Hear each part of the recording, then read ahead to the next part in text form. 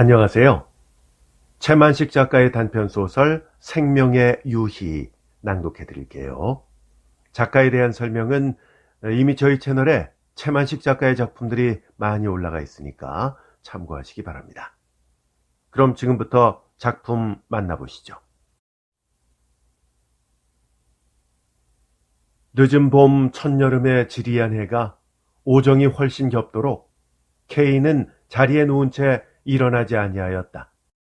그가 밤에 잠을 잘 자지 못하는 대신에 아침에 늦잠을 자는 버릇이 있어서 항용 9시나 10시 전에는 일어나지를 아니하지만 그렇다고 오정이 넘도록 잠을 잔 적은 없었다. 하기야 그는 잠을 잔다기보다는 자리에 누워서 일어나지만 않았을 따름이다. 보통 때라도 누구나 오정이 지나도록 드러누웠으면 시장기가 들 터인데 하물며 그 안날 아침부터 꼬박 내리굶은 그가 일찍이 일어나서 밥을 먹을 줄을 모르는 바는 아니지만 만일 집안에 돈이 되었든지 쌀이 되었든지 생겨서 밥을 지었으면 알뜰한 그의 어머니가 부랴부랴 나와서 일어나라고 재촉을 했을 터인데 도무지 그런 소식도 없고 안에서도 밥을 짓는 듯한 기척이 없고 고요하기 때문에 그는 일어날 생각도 하지 않고 민두름이 드러누워 있었다. K는 지금까지 밥을 굶어본 적이 없다. 27이라는 반생 동안에 처음 배고픈 때를 당하여 보았다. 그는 창자 속을 핥혀내는 것처럼 시장기가 들었다. 먹은 것이라고는 그 전전날 저녁 때, 즉 42시간 전에 찬밥 한 술밖에는 뱃속에 들어가지 아니하였는데 무엇인지 목구멍에서 가끔씩 꼬르륵 소리가 청승맞게 나고 그럴 때마다 오목가슴 밑이 끊어지는 것 같이 쓰리었다. 뱃가죽은 홀쭉하게 등으로 내려붙고 허리는 힘이 빠져서 허든허든하였다. 눈은 뒤에서 잡아당기는 것처럼 움속 가라앉았다. 그는 주림의 고통이 가장 심한 맨 절정에 와 있었다. 그는 잠이라도 자서 배고픈 고통을 잊으려 하였지만 충분한 휴식을 하고 난 그의 머리는 다시 더 쉬려고 하지 않았다. 담배까지 피우고 싶었다. 자고 난 입맛이 텁텁한 판에 한 개, 일상 많이 피워서 맛을 자아라는 비둘기표 고놈 한 개를 붙여 물고 푹푹 피우고 싶은 생각이 배고픈 것에 지지 않게 간절하였다. 그러나 담배란 담자도 있을 턱이 없고 잿더리에 있던 꼬투리도 그 안날 저녁까지 없어지고 말았다. 그는 어리석은 공상의 실마리를 쫓아 호화로운 세계로 들어갔다. 그러나 공상은 어디까지나 공상일 뿐이라 그 공상에서 깨고 나서 목전에 육박된 현실을 의식하면 입맛이 쓰고 몸이 뒤틀리게 짜증이 났다. 그는 자기 집안을 그 지경을 만들어 놓은 자기의 맏형을 원망하였다. 좀 들이껴서는 그의 집안이 호화로운 부자는 못 되었지만 그래도 그다지 남이 부럽거나 남에게 아쉬운 청을 하지는 아니하였다. 그만한 살림살이를 그의 아버지에게서 물려받은 K의 맏형은 담만 크고 규모가 없기 때문에 어장으로 광산으로 미두로 모조리 실패를 보고 필경은 모르핀 중독자로 이 세상의 폐인 산송장이 돼서 집안에 약간 남은 전답이며 무엇이며를 모조리 팔아먹고는 끝끝내 형무소의 신세를 입고 있었다. K는 속으로 그의 맏형을 실컷 미워하고 실컷 원망하다가 문득 군산형무소로 그를 면회하러 갔던 일을 생각하였다. 생지옥, 염라대왕의 석상 같은 간수들의 얼굴, 사자울 같은 면회실, 원래가 평소 약질인데다가 아편을 갓대고 힘에 넘치는 일, 평생 호미자로 한번 잡아보지 못한 그가 격렬한 노동에 시달려 극도로 피폐한 기분이 완연한 그의 신체, 그리고 간절한 후회, 어머니 아버지께 근심 마시라고 여쭈어라 하던 말. K는 그때와 한 가지로 다시 한번 애련의 정을, 피와 살을 나눈 동기가 아니면 느낄 수 없는 순정의 비애를 느꼈다. 케인은 이번 기회에 그의 형이 아편을 영영 떼고 나오기를 바랐다. 아편만 아니면 원래 수단이 있고 머리가 명석하니까 다시 충분한 활동을 할 줄로 믿었다. 케인은 그의 형을 미워하고 원망한 것을 마음에 안 되게 여겼다. 그는 혼잣말로 중얼거렸다. 그렇다. 과거의 책임, 집안을 이 지경으로 만들어 놓은 책임은 서로 형님에게 있다 할지라도 이 지경에서 집안을 구해내지 못하는 책임은 다른 형들과 한 가지로 나에게 있다. 사람마다 제각기 부모에게서 유산을 물려받는다든가 또는 속을 잘 차리는 형만 두라는 법은 없으니까 나는 애초부터 가난한 부모에게 태어난 셈치고 적어도 지금 이렇게 고생을 하시는 늙으신 부모가 굶주리시지 않도록 할 책임이 있는데 젊은 내가 이렇게 견디기 어렵거든 하물며 노인들이야 오죽하실까. 에이, 내가 죽일 놈이다. 아, 주림, 배고픈 것. 배고픈 것이 극단에 이르면 죽지 않는가? 죽다니, 먹지 못해서 사람이 죽다니. 사람은 살 권리와 한 가지로 먹을 권리까지도 타고나지 아니하였는가? 근데 먹을 것이 없어서 줄인 배를 훑어잡고 죽음을 기다리다니. 조선에서 해마다 몇백만 석의 쌀이 외국으로 나가지 아니하는가? 근데 우리는 굶어 죽다니.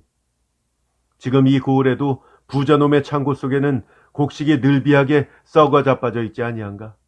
근데 우리는 굶어 죽다니. 누구의 잘못일까? 응? 누구의 죄일까? 흥분이 되어서 이렇게 부르짖던 케인은 그 의문의 해답이 머리에 떠오르자 그만 맥이 풀어졌다. 그는 힘없이 중얼거렸다. 아니다. 남의 죄가 아니야. 우리는 피착취 계급이 아니니까 생산 분배 불공평 같은 것은 부르짖을 권리가 없다. 우리는 착취 계급이었어. 생산하지 않고 착취한 것을 소비만 하던 부르주아 계급이었던 거야. 시대의 자연적 경향을 따라서 멸망을 당하고만 그런 종류의 인간들이었다. 그 중에도 계급 멸망의 맨 선두에 나설 중산 계급이었었지. 그러니까 누굴 붙잡고 원망도 할 수 없는 자연의 운명이야. 필연적 운명이다. 우리는 멸망하고 만다. 우리의 주림, 우리의 멸망에는 마르크스 보이들도 동정을 아니한다. 도리어 자기네 일이 더러지니까 좋아한다. 조소한다. 아, 참담한 비극이다.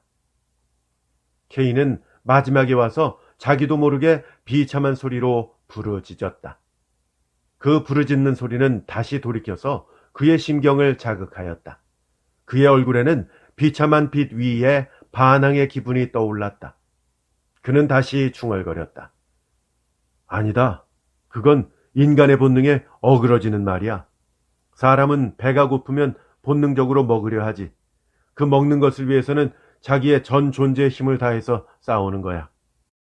이 욕망과 이 힘은 인류의 어느 계급을 막론하고 부르주아가 되었거나 프롤레타리아가 되었거나 동일한 성질을 가진 공통의 욕망이다. 따라서 그들은 자기네 행동이나 그 욕망이 진리인지 여부도 모르고 또한 반성하려고도 아니한다. 설사 반성을 한다 하더라도 알지도 못한다. 물론 이것이 모순이 아닌 것은 아니지만 역시 어찌할 수 없는 본능이지. 배가 고프니까 먹는다는 데는 어떤 진리, 어떤 이론도 그것을 막아 굴복시킬 힘을 가지지 못한다. 우리는 비생산 계급, 전에 착취 계급이었으니까 지금 와서는 굶어 죽어버려야 한다. 먹지 말자. 이렇게 하기에는 인류는 너무나 이기적이요. 생에 대한 집착이 크다. 이렇게 케인은 반항으로 변명을 하고 나서는 조금 마음이 가벼워지는 듯이 한숨을 내쉬었다. 그는 다시 독백을 계속하였다. 더구나 우리는 옛날의 상태로 돌아가서 편하게 앉아 먹고 살려는 것이 아니지.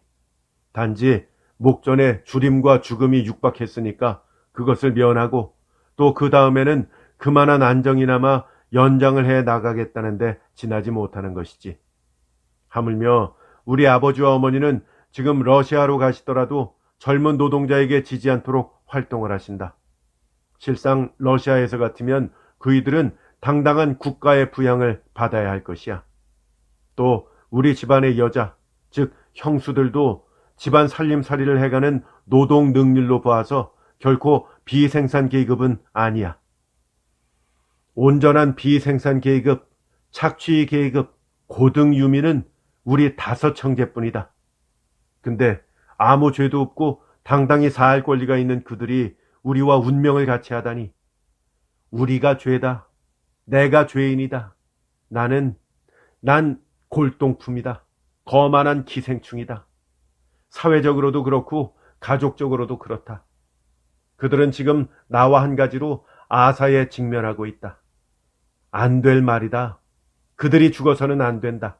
나는 그들을 구해낼 의무가 있다. 꼭 구해내야만 한다. 케인은 열에 뜬 사람처럼 벌떡 일어나 앉았다. 그는 넋이 나간 듯이 멍하고 앉았다가 풀없이 다시 들어 누웠다. 그의 입에선 탄식이 나왔다. 그렇지. 난 아무 힘도 없어. 아무 힘도 없다. 누구나 나를 두고 빚을 주지는 않을 거야. 어디 단돈 10원이라도 받고 월급쟁이 할 곳을 얻는다 하더라도 그것은 한 달 후가 아니면 내 수중에 돈이 들어오지 아니한다. 하루에 점심 먹여주고 10원씩 주는 막벌이 노동은 나는 할 수가 없어. 그럼 무얼로? 현재 나에게는 한 가지 수단밖에는 없다. 도적질을 하는 수밖에는 없어. 도적질. 도적질? 내가 도적질을 해? 내가? 말만 해도 창피하다. 나는 차마 못한다. 케인은 자포자기가 되어버린 듯이 마지막 말을 하고 까막까막 생각하다가 갑자기 그의 얼굴에는 냉소의 빛이 떠오르며 자신을 조소했다. 도둑질이 창피하다고? 푸르동은 뭐라고 했는데? 그래도 장발장이 유리창을 부수고 빵 한 덩어리를 훔치는 것을 보고 그때 감상이 어땠었나? 도둑질이 창피하다고? 차마 못한다고? 노동도 못하고 월급자리는 구해보았자 그저 한 2-5달 있다가 나와버릴 것이고 도둑질은 창피해서 못하고. 에이, 못된 부르주아 근성. 망해가는 부르주아의 유물이라고 배나 더 갈라서 소금을 쟁여가지고 박제 표본이나 만들어서 박물관에다 진열해 둘까 합니다. 케인은 진저리가 나도록 자기 자신이 한 건 비운 듯이 독살스럽게 비웃고는 싹 돌아 누웠다. 흥분되었던 사이에 잠깐 잊었던 시장기는 다시 침노를 하였다. 온 전신이 노그라지는 것 같았다. 이제는 먹고 싶은 생각이 그의 의식의 전부를 점령하였다. 김이 모락모락 오르는 하얀 쌀밥을 연한 상추에다 싸서 달콤한 고추장도 넣고 노릿한 마늘장도 쳐서 한 보퉁이씩 입에 밀어놓고 우물우물 씹어서 꿀떡꿀떡 삼켰으면, 그리고 목이 메일 테니까 흔한 갈치국이나 미나리 잎새를 넣고 고추장을 듬뿍 넣어서 얼큰하게 끓인 국물을 떠먹어가면서 그 하얀 등성이 살을 입에 넣고 가시만 옴쏙옴쏙 빼어 넣으면서 실컷 좀 먹었으면 금시에 산을 불끈 집어들 기운이 날 듯하였다. 그의 양편 어금니에서는 신침이 괴어 꼴깍꼴깍 목으로 넘어갔다. 케인은 무엇 전당포에 잡힐 것이 없나 하고 방안을 둘러보았다. 그러나 머리맡 책상 위에 놓인 1원짜리 예약 전집 몇 권과 다리미와 휘발유의 힘으로 겨우 누더기를 면한 양복대기 한 벌이 걸려 있을 뿐 그 밖에는 그나마도 값이 나감직한 것이 없었다. 저걸 군산에 가지고 가서 책은 헌책전에 팔고 양복을 잡힐까? 책은 한 권에 50전씩만 받아도 7권이니까 3원 50전 하고, 양복은 잡히면 한 3원? 그지, 3원밖에 더 안 줄였다. 6원 50전. 6원 50전이면 우리 식구가 닷새는 살겠지. 닷새. 닷새라. 그럼 닷새 후에는 또 무얼 먹나? 에이, 그야말로 참 생불여사다. 이렇게 되고 보면 산다는 의미가 전혀 없어지지. 닷새를 더 살기 위해서 내가 이렇게 앙바등이냐? 그렇지 않으면 목전의 줄임만을 면하기 위해서 그러나. 그렇지만 우선 먹어놓고 보아야 될 일이니까 저걸 좀 가지고 가서 팔고 잡히고 해야 될 건데, 군산으로 가면 이 가서는 발가벗고 양복을 벗어 잡히나? 조선 옷이나 좀 있었으면 이런 때는 좋겠지. 책만 팔아 그럼? 아이고, 군산까지 갈 찻싹시 있어야지. 이 지경을 하고 걸어가다가는 심리도 못 가서 죽을 것이고, 아니, 군산까지 갈 찻싹시 있으면 우선 그놈을 가지고 쌀을 사다가 죽이라도 쏘아 먹어야지.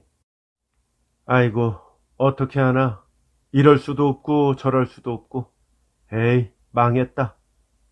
내가 지금 자살을 하면 생활고로 자살했다고 하겠지. 창피해라. K가 배고픈 것을 잊으려고 억지로 눈을 감고 누워서 엉겨붙는 파리떼와 싸우면서 이몽가몽하다가 다시 잠이 깨기는 해가 거의 저물어가는 때였었다. 48시간, 꼬박 이틀 동안을 굶은 그는 줄인 고통의 절정이 거의 넘어가고 신경이 마비가 되었는지 찌르는 듯한 시장기는 없지만 그 대신 정신이 어리어리하였다. 그러나 그의 귀에는 반가운 소식이 들렸다. 안에서 사람의 기척이 우세두세하고 가끔 가다가 소댕 여닫는 소리며 그릇 마주치는 소리는 틀림없이 밥을 짓는다는 소식이었었다. 그는 벌떡 일어나서 수건을 집어들고 방문을 열었다. 정신이 좀 휘지근했다. 그러나 무엇보다 먹겠다는 욕망에 힘을 얻어서 안으로 들어갔다. 집안 식구들은 모조리 김이 무럭무럭 오르는 죽, 아욱죽 한 그릇씩을 차지하고 앉아서 훅훅 불어가며 생청보다도 맛있게 숯갈질을 하고 있었다. K 어머니는 K를 보고 내가 깨우러 갈랬더니 일어났구나. 어서 세수하고 오니라. 오직이나 시장이었었겠냐. 하고 한숨을 쉬었다. K는 우물가로 가서 세수를 하고 안마루에 가서 앉았다. 그의 앞에도 소담한 죽대접이 올라앉은 상이 놓여졌다. 죽이라서 먹기 싫은 것은 아니지만 어쩐지 좀 섭섭한 것 같았다. 그의 어머니는 죽을 먹다 말고 그의 상머리로 와서 앉았다. 어서 먹어라, 어서. 오직이나 시장이었겠냐. 고추장 풀어서 먹어라. 먹고 더 먹어. K는 고추장을 떠서 죽에 풀며 쌀은 어디서 났어요? 하고 물었다. 어머니는 한숨을 내쉬었다. 뽀뿌라 나무를 팔았단다. 할아버지 산소 앞에 있는 거요? 그렇단다. 네 아버지가 그새 그렇게 돈이 아쉬워도 그것만은 안 팔고 재미로 두고 보시더니 할 수 없이 팔았단다. K 어머니는 금방 울음이 터질 듯하였다. K는 자세한 이야기를 더 물어보기가 안 되어서 그만두려고 하다가 그래도 궁금증이 나서 참을 수가 없었다. 5그루를 다 팔았어요? 그렇단다. 얼마 받고요? 10원이야. K는 깜짝 놀랐다. 동시에 그는 분개하였다. 10원이요? 이 도둑놈들 같으니 아름으로도 한 아름씩이 넘는 그 나무를 한 그루에 2원씩이라뇨. 어떤 놈이 사갔대요? 저 넘어 사는 최가가 사갔어.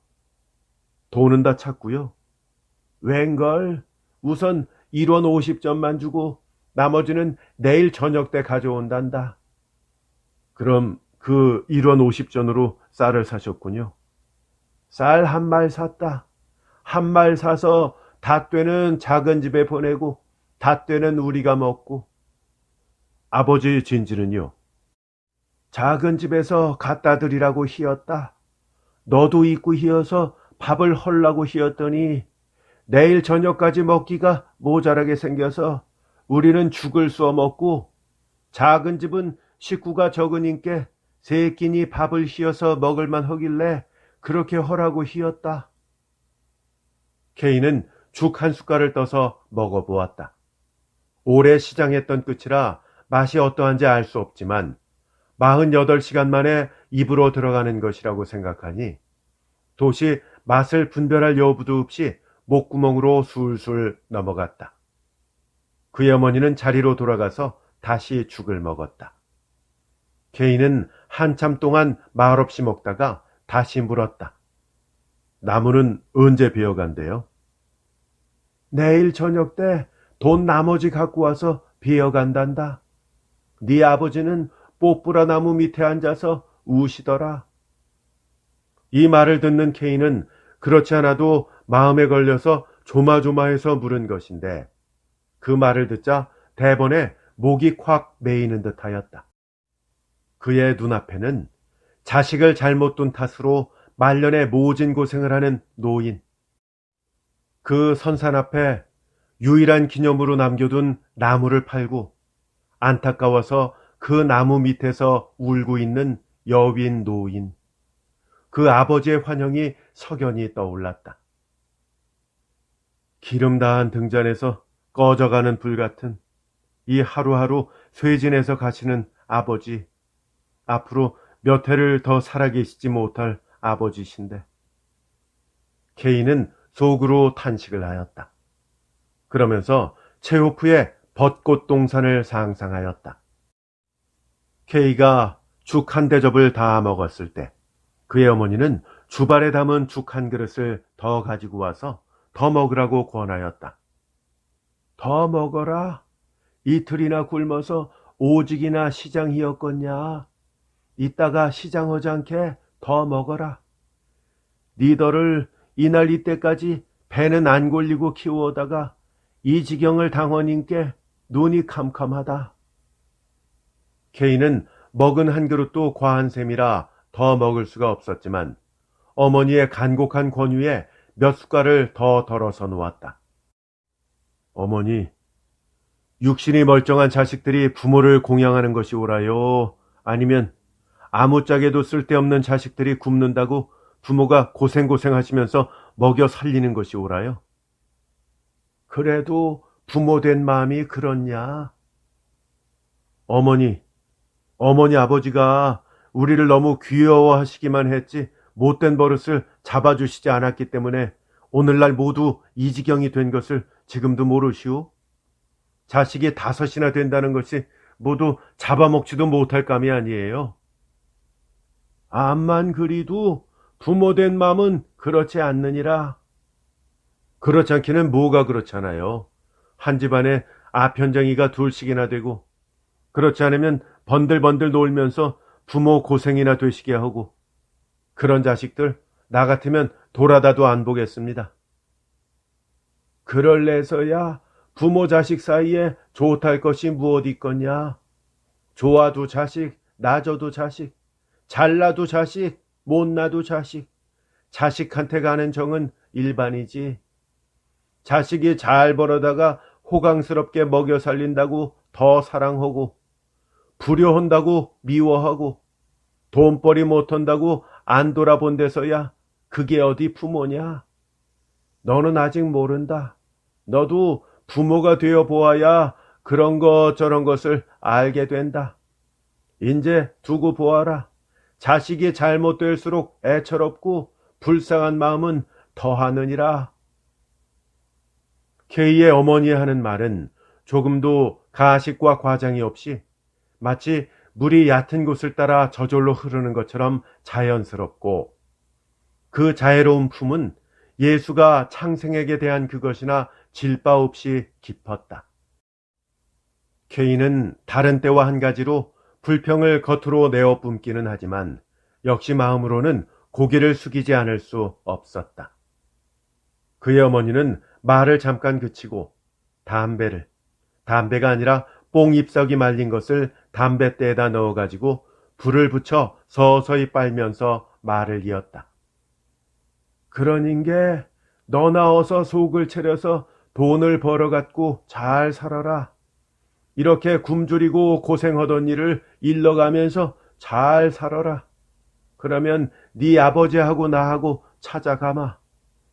네 아버지나 내나 인제 살면 10년인들 더 살 것이냐만 그래도 막내둥이가 벌어다 주는 거를 단 하루 이틀이라도 편하게 앉아 먹다가 그러다가 죽으면 다시 원이 없겠다. 케인은 금방 눈물이 터져 나올 듯하였다. 그는 조금 남은 죽을 얼른 긁어먹고 일어서서 문 밖 길거리로 나갔다. 오래 줄인 끝에 배불리 먹은 터라 뱃속이 거북하고 기운이 착 가라앉아서 움직일 힘이 나지를 아니하였지만 그는 누워있기가 싫어서 억지로 밖으로 나간 것이다.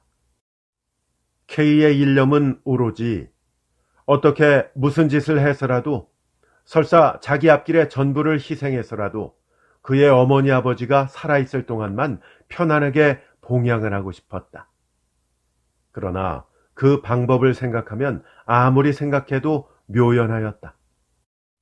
그는 어느 쪽으로든지 극단으로만 나아가면 그 만만한 방법이야 없지가 아니할 터인데 그 극단을 향해서 나아갈 용기가 없고 안전한 중용의 길만 취하려고 애쓰는 자기가 저주스러웠다. 배가 부른 뒤에는 자연의 아름다움도 눈에 띄었다. 케인은 집 앞 들판으로 걸음을 옮겼다. 해는 거의 석양이 가까웠다.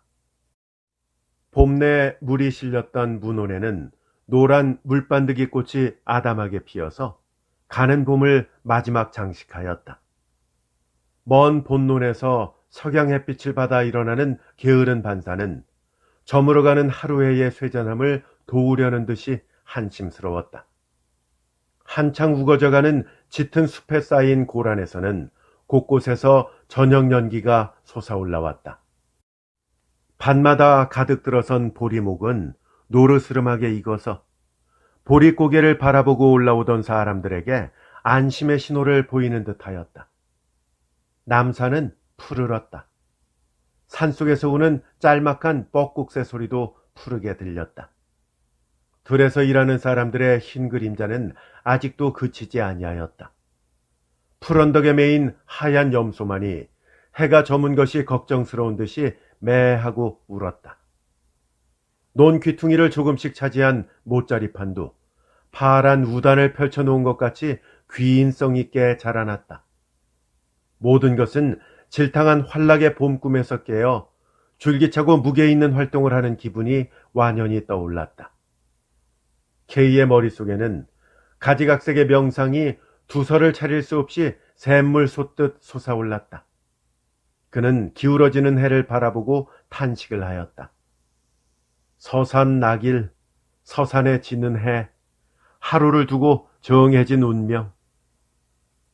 마침 멀리서 기적소리가 한마디 웡 하고 우렁차게 들렸다.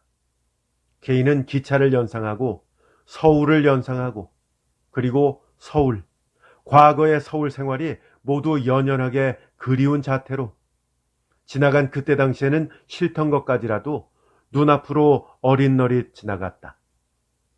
D와 B, 정다운 친구. 너무나 오랫동안 서로 무심하게 지내왔다.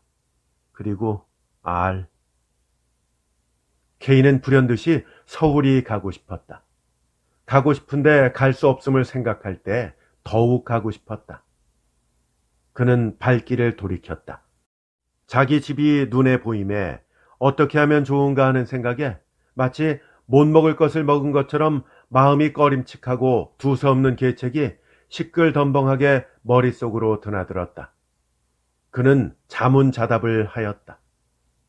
나는 대관절 무엇일꼬? 배고픈 신사, 양반 거지, 거만한 기생충, 양서류의 냉혈동물. 옳다, 그렇다, 모두가 사실이다. 나는 현대 생활에 적응성이 없다. 사회 도태의 원칙으로 나 같은 인간은 멸망할 운명을 타고났다. 나는 생물계에 있어서 군더더기야. 필요가 없는 존재야. 그뿐 아니라 내 스스로도 명색 없고 긴장미가 없는 이 생활에는 염증이 난다. 가버려야 한다. 그곳으로 가버려야 한다. 전에 무심코 세워둔 계획이 지금 와서는 대단히 필요하게 쓰인다. 어머니 아버지께는 안 된 일이지만은 뭐 어쩔 수 있나. 그리고 형님들이 아무리 무엇하기로니 내가 간절히 부탁을 하면 그래도 마음이 움직여서 지금처럼 어머니 아버지가 고생을 하시도록은 하지 않겠지. 더구나 큰형님이 이번에 감옥에서 나와서 다시는 아편을 하지 않고 집안일을 보살피면 그럼 이제 나는 자유다. 아무 미련도 없다. 유희가 남았을 뿐이다. 아무데도 쓰잘데없는 이 생명을 가지고 한번 불이 번쩍 나게 통쾌한 유희를 해본다. 붉은 피가 댕겅댕겅 듣는 유희다. 유희, 생명의 유희다. 케인은 살기를 머금은 미소를 띠고 입을 악물었다. 그의 얼굴은 참담하기는 하나 일종의 가벼운 빛이 번쩍였다. 석 달이 지난 뒤에 케이에게서 그의 집으로 한 장의 편지가 왔다. 어디라고 주소는 쓰지 아니하였고 다만 간도 어느 우편국의 일부인이 찍혀 있었다. 편지는 그의 어머니에게로 끝에 자식 하나를 아니 둔 셈 치시고 헛되이 기다리지 마시고 불효의 죄는 지하에 가서 갚겠다는 것과 또 한 장은 그의 맏형에게로 맏형은 형무소에서 1개월로 역형을 마치고 추록해서 집에 와 있었다. 그의 맏형에게는 마음 고쳐먹고 자기를 대신해서라도 부모를 잘 봉양해달라는 사연밖에는 더 아무 말도 쓰지 아니하였다.